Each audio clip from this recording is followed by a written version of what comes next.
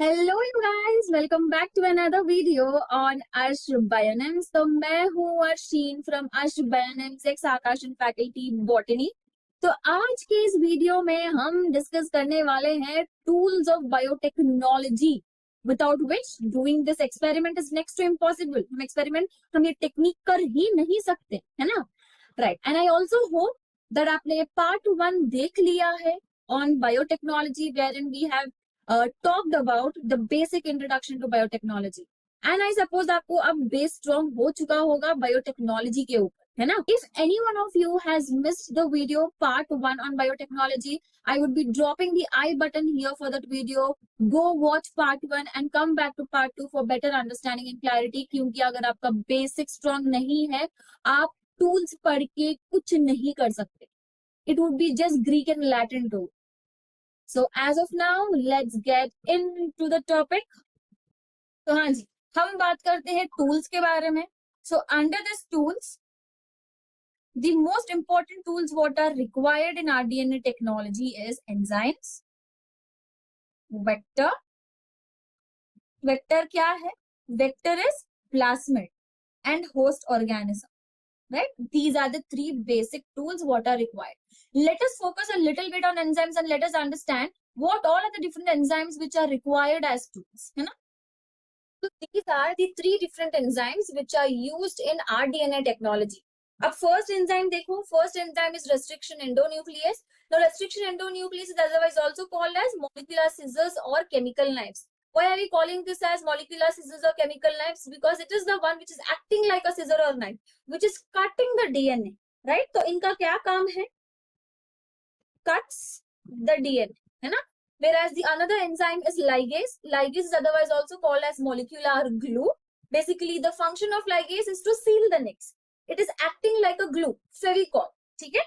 So this is just sticking the foreign DNA along with the plasmid. Next enzyme is polymerase. So polymerase का क्या काम होगा? Performing replication. So in which direction replication will happen? That is happening in 5' to 3' direction. रह गई एक बात ligase की. Ligase, as we are telling that it is acting like a molecular glue, that is, it is developing phosphodiester bond. It is developing phosphodiester bond. Sugar phosphate जो bond बनता है, sugar phosphate bond, that is the bond what ligase is making, which is nothing but a phosphodiester bond. Now we have almost covered about ligase and polymerase. These are the important points with respect to need. Let us talk a little bit on restriction endonuclease. That is the enzyme which is like very important और जहां से questions बन सकते हैं. तो ध्यान देना class में, बहुत ही ज्यादा मैंने सिंप्लीफाई कर दिया है टॉपिक को, तो ध्यान से सुनना क्लास को. आइए समझते हैं इसको. अभी देखो, मैं बोल रही हूँ कि मुझे एक जीन है, उस जीन को प्लास्मिड में डालना है और प्लास्मिड को होस्ट में डालना है ना? तो अभी मैं मान रही हूँ कि मेरे पास है एक ऑर्गेनिज्म ए. उस ऑर्गेनिज्म ए में है उसका जेनेटिक मटेरियल, और उस जेनेटिक मटेरियल में एक ऐसा जीन है जो बहुत ही ज्यादा मुझे इम्पोर्टेंट है ना? तो मुझे चाहिए ये जीन, तो मैं इसको कैसे निकालूंगी? ये जीन थोड़ी मेरे बोलने पर वो बाहर थोड़ी खुद से आ जाएगा, मुझे तो इसको कट करना पड़ेगा, है ना? और रही बात एक ऑर्गेनिज्म बी की, उस organism B, let us assume that this is bacteria, okay? और उस बैक्टीरिया में है अपना खुद का genetic material, along with that it is having plasmid, right? ये आ गया मेरे पास में प्लास्मिड और यहाँ पे मेरे पास है जीन. अब इस जीन को मुझे इनकॉर्पोरेट करना है प्लास्मिड में, इस जीन को मुझे डालना है प्लास्मिड में, बट उसके लिए मुझे प्लास्मिड को कट करना पड़ेगा और इस जीन को भी मुझे कट करना पड़ेगा. तो मैं कट कैसे करूंगी? How will I cut this? No, for this I require the enzyme restriction endonuclease. तो कट करने के लिए I need enzyme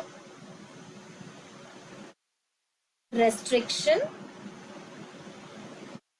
endonuclease. Restriction endonuclease जो एंजाइम है वो मुझे मिला कहाँ से? तो चलिए इसके बारे में थोड़ा सा इंपॉर्टेंट पॉइंट्स हम पढ़ते हैं जो नीट में इसके क्वेश्चंस बन सकते हैं, ठीक है।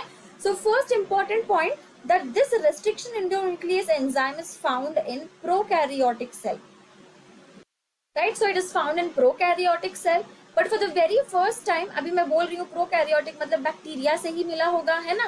तो for the very first time this was isolated from E. coli, Escherichia coli. This is the bacteria जहां से इसको आइसोलेट किया गया था। अब E. coli में वैसे ये कर क्या रहा था, हमने क्यों रेस्ट्रिक्शन एंडोन्यूक्लियस को ही हमने आइसोलेट किया? Why didn't we isolate any other enzyme apart from restriction endonuclease from E. coli? Because इसका एक्टिविटी कुछ ऐसे था जो E. coli को बचा रहा था बैक्टीरियोफेज से। Now what are these bacteriophages? These are the viruses which will infect bacteria. तो ई कोलाई में ऐसा पाया गया था कि एक बीमारी चल रही थी। ई कोलाई बैक्टीरिया जो होता है ना, उनके अंदर उनके जो स्ट्रेन है उनमें एक बीमारी चल रही थी। वो बीमारी आ रही थी बैक्टीरियोफेज से, है ना। तो ई कोलाई, अभी हम बात करते हैं ना एवोल्यूशन की, कि एवरी ऑर्गेनिज्म इज एवॉल्विंग। तो ई कोलाई भी एवॉल्व करने लगा और उसने एक ऐसी टेक्निक बना ली जिससे वो बैक्टीरियोफेज से बच सकता है, बैक्टीरियोफेज के इन्फेक्शन से बच सकता है। तो इसको हम समझते हैं थोड़ा सा। देखो मैं बोल रही हूं कि ये ई कोलाई बैक्टीरिया है, ई कोलाई बैक्टीरिया का ये जेनेटिक मटेरियल है ना। अब इस ई कोलाई पे आया है, अब वहां पे आ चुका है bacteriophage. Bacteriophage started infecting E coli. अब यहाँ पे देखो इन्फेक्शन का क्या मतलब होगा कि ये बैक्टीरियोफेज अपना जेनेटिक मटेरियल ट्रांसफर कर देगा इनसाइड दी होस्ट। तो यहाँ पे ये आ चुका है, दिस इज वायरल डीएनए। अब यहाँ पे देखो इन्फेक्शन कैसे कॉज होगा, अगर ये वायरल डीएनए इनकॉर्पोरेट हो जाता है बैक्टीरियल जीनोम के अंदर, तो ये पॉसिबिलिटी होती है कि ये जो जेनेटिक मटेरियल है ना, इसी के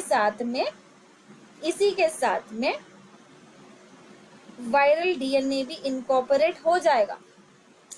तो अगर ऐसे हो जाएगा हम इसको बोलते हैं इन्फेक्शन। ये इन्फेक्शन कॉज कर रहा है, ठीक है। अगर ये वायरल डीएनए इनकॉर्पोरेट होता है बैक्टीरियल जीनोम के अंदर, basically that is infecting bacteria. तो बैक्टीरिया ने क्या किया, ई कोलाई ने यहाँ पे क्या किया, एक ऐसी तिगड़ी बना ली, एक ऐसी टेक्निक बना ली जिससे वो ये इन्फेक्शन से बच सकता है। जस्ट बिकॉज एवोल्यूशन होने लगा, उस एवोल्यूशन के दौरान बैक्टीरिया भी एवॉल्व होने लगे। तो इसने बना लिया है एक enzyme, this is the enzyme I am talking about, which is restriction endonuclease.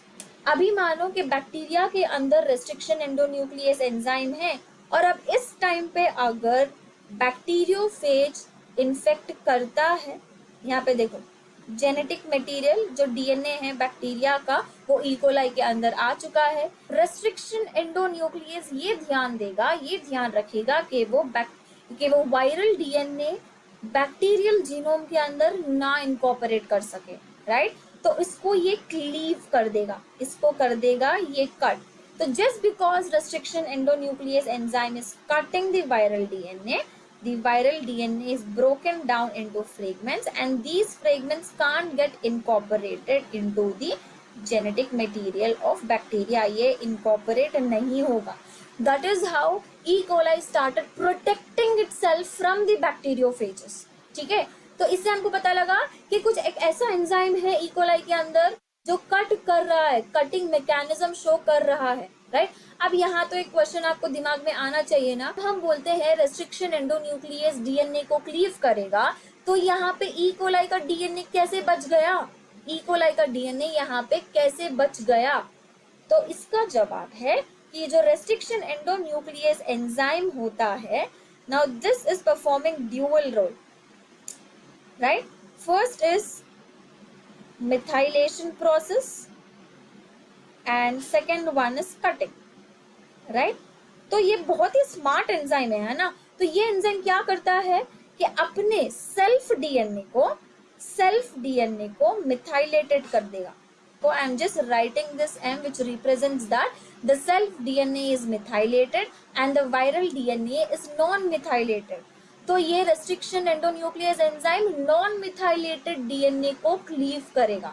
I hope you are along with me. तो वायरल डीएनए यहाँ पे नॉन मिथाइलेटेड था, तो उसने वायरल डीएनए को क्लीव कर दिया, और जो सेल्फ डीएनए था मिथाइलेटेड उसको उसने छोड़ दिया, क्योंकि उसको वो नहीं क्लीव कर सकता, क्योंकि मिथाइलेशन उसको सेल्फ डीएनए को बचा के रखता है, right. So this is how for the very first time this idea came into the mind that this enzyme can be used in modern biotechnology, which can be used as molecular scissors, है ना, right. अब जब हम types के बारे में बात करते हैं, अभी देखो बहुत सारे बैक्टीरियाज हैं, बहुत सारे बैक्टीरियाज में बहुत सारे रेस्ट्रिक्शन एंडोन्यूक्लियस एंजाइम्स होते हैं, है ना. They are many restriction endonuclease enzyme, but the basic 3 types is what we will be discussing. Type 1, type 2 and type 3, है ना. Type 1 restriction endonuclease, type 2 restriction endonuclease and type 3 restriction endonuclease. One enzyme requires Mg+2 ATP along with that adenosyl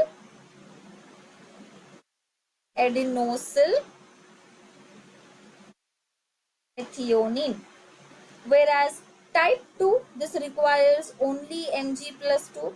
Again type 3 requires Mg+2 ATP and S adenosyl methionine. ठीक है, तो ये requirement है ये enzymes की. तो इससे तो लॉजिक बनता है ना. तो आपको क्या लगता है कि कौन सा एंजाइम हम ज्यादा यूज कर सकते हैं आरडीएनए में? बेसिक सी चीज है जो बहुत ही कम चीजें रिक्वायर करता है, बहुत ही कम चीजों पर वो चलता है, उसी को हम यूज करेंगे.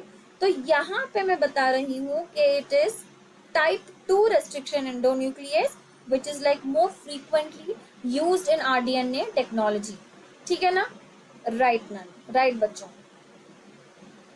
अब ये रेस्ट्रिक्शन एंडोन्यूक्लियस एंजाइम को हम समझेंगे 2 कैटेगरीज में. First one is recognition and second one is it's activity. ये 2 चीजों में हम रेस्ट्रिक्शन एंडोन्यूक्लियस एंजाइम को समझते हैं. So restriction endonuclease performing 2 basic functions, recognition and activity. अभी देखो हम बोल रहे हैं कि डीएनए कट करेगा रेस्ट्रिक्शन एंडोन्यूक्लियस, तो एवे जहां पे मर्जी होगी वहां पे तो कट नहीं करेगा ना. कुछ स्पेसिफिक साइट्स होनी चाहिए जहां पर ही वो कट करेगा, है ना. नाउ दो specific sites we call it as recognition sequences. तो यहाँ पे रिकॉग्निशन का क्या मतलब होगा? That this is recognizing the specific sequences, recognize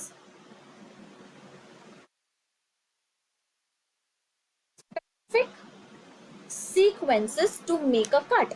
Now when I talk about these specific sequences, ये जो specific sequences की हम जो बात कर रहे हैं ना, इसको बोलते हैं recognition sequence. Now this recognition sequence are most of the time the palindromic sequences. ठीक है, पहले तो ये रिकॉग्निशन सीक्वेंस के 2 फीचर्स होंगे. फर्स्ट ही क्या होगा, कितने बेस पेयर लॉन्ग होगा? Usually it is 4 to 8 nucleotide in length, इतना सा लंबा रहेगा. And these sequences are palindromes, that is palindromic sequences. Now what exactly do we mean by palindromic sequence? इसको हम अभी समझेंगे.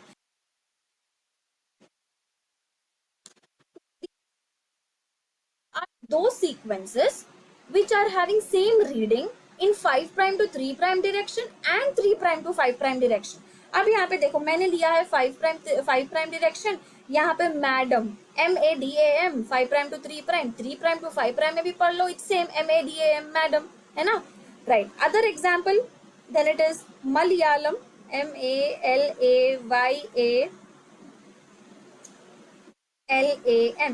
मलयालम. 5' to 3' में पढ़ लो ये सेम है, 3' to 5' में पढ़ लो ये सेम है.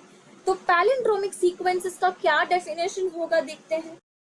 Okay, so see here So it is the palindrome in a DNA is a sequence of base pairs that reads the same on two strands when the orientation of the reading is kept the same.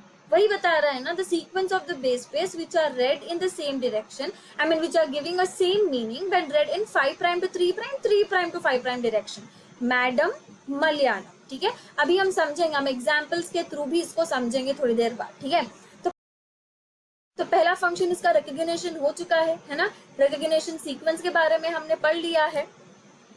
Now let's understand about the activity.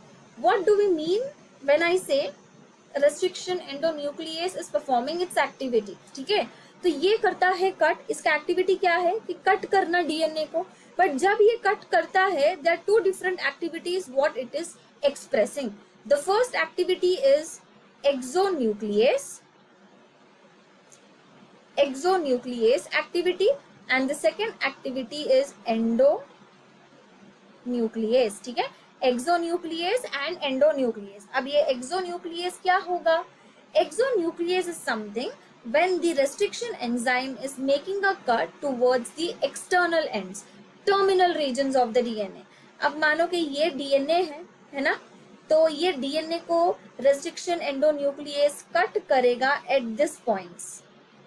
यहाँ पे cut लगाएगा या यहाँ पे cut लगाएगा, तो जिसकी वजह से हमको कितने पार्ट्स मिल जाएंगे यहाँ के. देखो, ये आउटर मोस्ट पोर्शन, ये बीच वाला पोर्शन, या फिर अगर उस तरफ उस कॉर्नर पे उसने एंड लगा दिया तो ये बीच वाला पोर्शन और वो बाहर वाला portion, like terminal portion is what I am talking about. अगर एंडोन्यूक्लियस एक्टिविटी ये परफॉर्म करता है, it is just making a cut with in the DNA right in the centre like this. ऐसे कुछ वो कट लगाएगा. तो यहाँ पे हमको कितने पार्ट्स मिल जाते हैं? You see here, right in the centre it is making a cut like this, है ना. इसको अगर कट करने लगेगा तो फिर इसको फिर सेंटर से ही कट करेगा लाइक दिस. समझ में आ गया है ना आप सबको?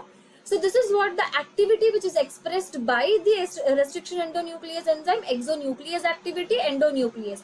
Exonuclease क्या करेगा? It is making a cut towards the terminal regions of the DNA, whereas endonuclease is making a cut towards the like within the DNA, right in the center. तो मैं आपको इसका डायग्राम भी बताती हूँ. तो इस डायग्राम पे फोकस करो कि देखो, एक जो एक्टिविटी होती है जो एकदम सेंटर से वो कट लगा रहा है like this, and the other one you see it is making a cut at the terminal regions of the DNA.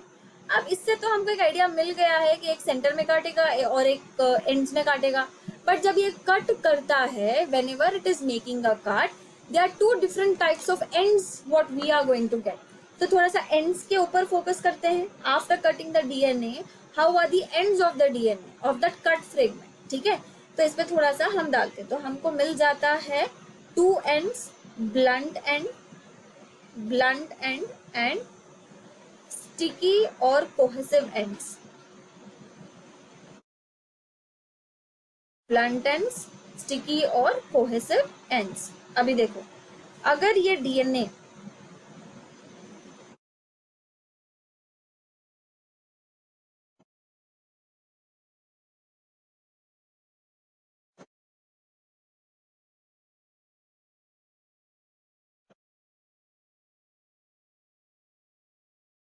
देखो, अगर यहाँ पे रेस्ट्रिक्शन एंडोन्यूक्लियस एंजाइम एक जैसा कट करता है, right, so we get two parts.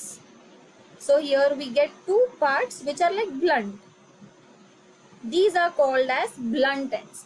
But अगर हम कोहेसिव एंड के बारे में बात करते हैं, लाइक स्टिकी एंड्स के बारे में अगर हम बात करते हैं, अगर ये डीएनए है, उस डीएनए को अगर हम कट करते हैं विया रेस्ट्रिक्शन एंडोन्यूक्लियस, तो यहाँ पे एक कट लगाएगा, एक स्ट्रैंड पे यहाँ पे लगाएगा और दूसरे स्ट्रैंड पे यहाँ पे लगाएगा, जिसकी वजह से हमको दो एंड्स मिलते हैं which are sticky. So you see, one part is like this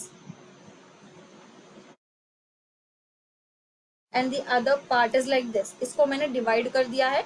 This is the first half and this is the second half of the DNA. ऐसे एंड्स मिल जाते हैं. जब ऐसे एंड्स मिल जाते हैं ना, हम इसको बोलते हैं sticky ends. Okay, so I am going to explain you two important examples which are actually there in NCERT. तो NCERT पर ही हम फोकस करेंगे, ज्यादा डीप में नहीं जाएंगे, ठीक है. तो examples of different restriction endonuclease enzymes.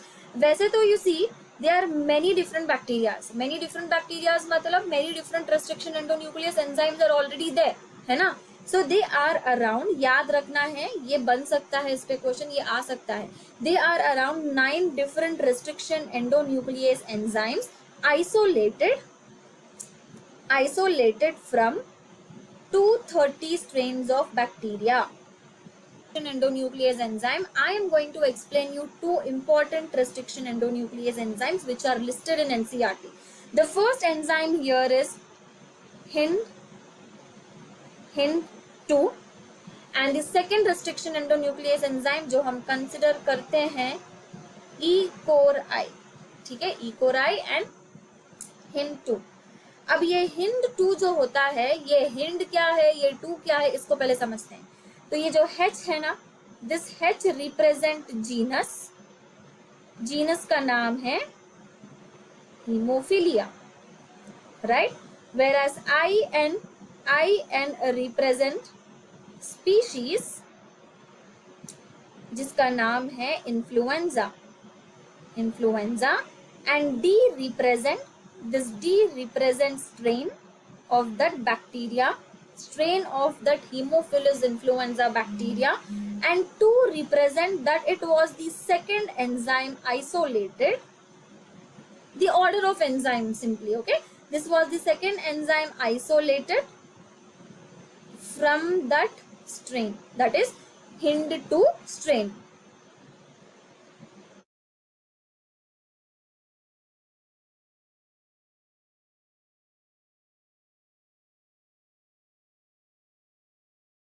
चलिए, है ना. अब हम समझते हैं ई कोराई का क्या मतलब है. ये ई कोराई होता क्या है. नाउ दिस ई रिप्रेजेंट, ई क्या होगा, जैसे हमने पढ़ा कि ई इज अगेन जीनस, है ना. So E is genus here is Escherichia. को रिप्रेजेंट स्पीशीज क्या हो गया, coli, Escherichia coli. R represent this strain, तो ये स्ट्रेन का नाम क्या है, RY13, and 1 represent again order of isolation. This is the first enzyme which was isolated from this particular strain, E. coli 1. E. coli के ऊपर questions बनते रहते हैं, यहाँ से क्वेश्चन आप एक्सपेक्ट कर सकते हो कि E क्या है, को क्या है, CO क्या है, R क्या है और 1 क्या है. अब हम समझते हैं ये दो एंजाइम्स के एक्टिविटीज क्या है. जैसे कि कटिंग, हमने जैसे बोला है कि ये कहाँ पे कट लगाते हैं और इसका पैलेंड्रोमिक सीक्वेंस क्या है. तो पहले आप HIND2 के बारे में पढ़ते हैं. तो HIND2 का जो रिकॉग्निशन सीक्वेंस होता है, first important point, recognition sequence जो होता है, that is 6 base pair long. And of course that is a palindromic sequence only because all this restriction endonuclease enzyme recognizes palindrome sequence itself. तो इसका palindrome sequence कैसे रहेगा, 5 prime GT followed by pyrimidine, then followed by purine, and then followed by AC3 prime, है ना. Right in the opposite direction same ही reading रहेगा, GT, pyrimidine, purine, and then AC. ये हो गया है इसका पैलिंड्रोमिक सीक्वेंस. अब अगर मैं प्यूरिन pyrimidine की जगह पे मैं लिखती हूँ कोई नाइट्रोजनस बेस, इसको देखते हैं, see it is 5 prime GT, कोई भी प्यूरिन कंसिडर कर लो. कौन सा वाला pyridine मैं कंसिडर करूंगी, यहाँ पे कौन सा वाला करूं, C कर ले, C वाला कर लेते हैं. प्यूरिन कौन सा भी करते हैं, G कर लेती हूँ, AC3 prime, then it is 5 prime GTCGAC 3 prime. सही लिखा है ना.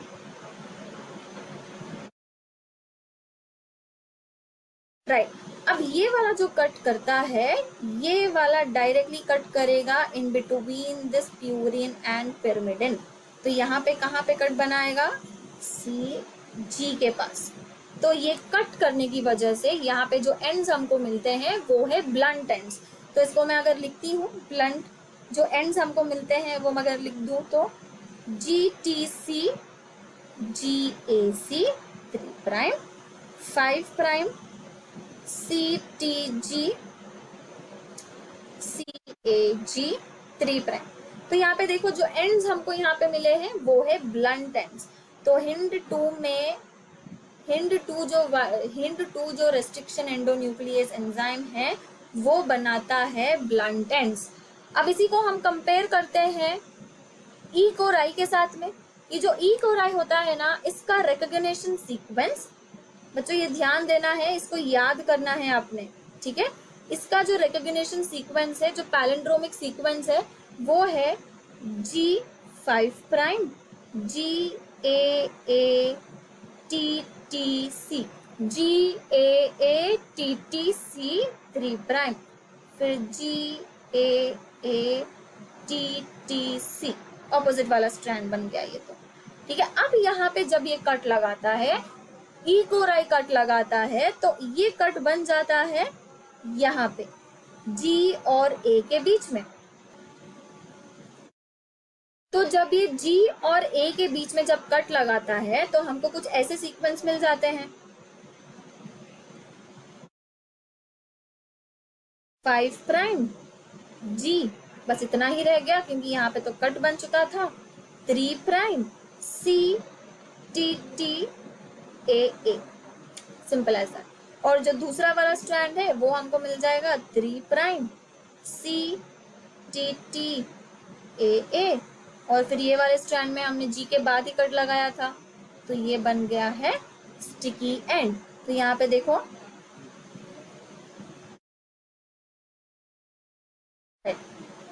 we got sticky end. So E. coli is the one which is creating sticky end, whereas Hind2 is the one which is creating blunt end.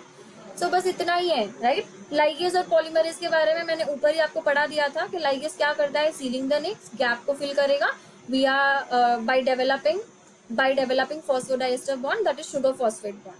Polymerase क्या करेगा, उसको replicate करेगा। Okay, star point एक वाली इंपॉर्टेंट पॉइंट है, that we have to use same restriction endonuclease enzyme to cut gene of interest, that is foreign DNA and plasmid, ठीक है।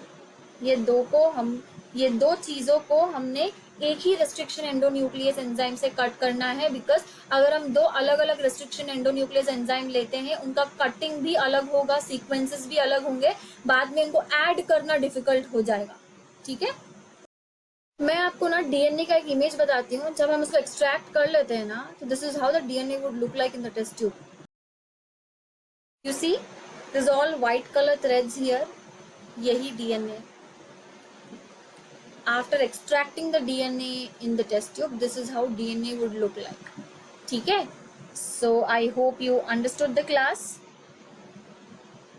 So I hope you understood the class. तो मेरा काम यहाँ पे हो चुका है, मैंने पढ़ा दिया है, बट अभी आपका काम है लाइक करो, शेयर करो, सब्सक्राइब करो।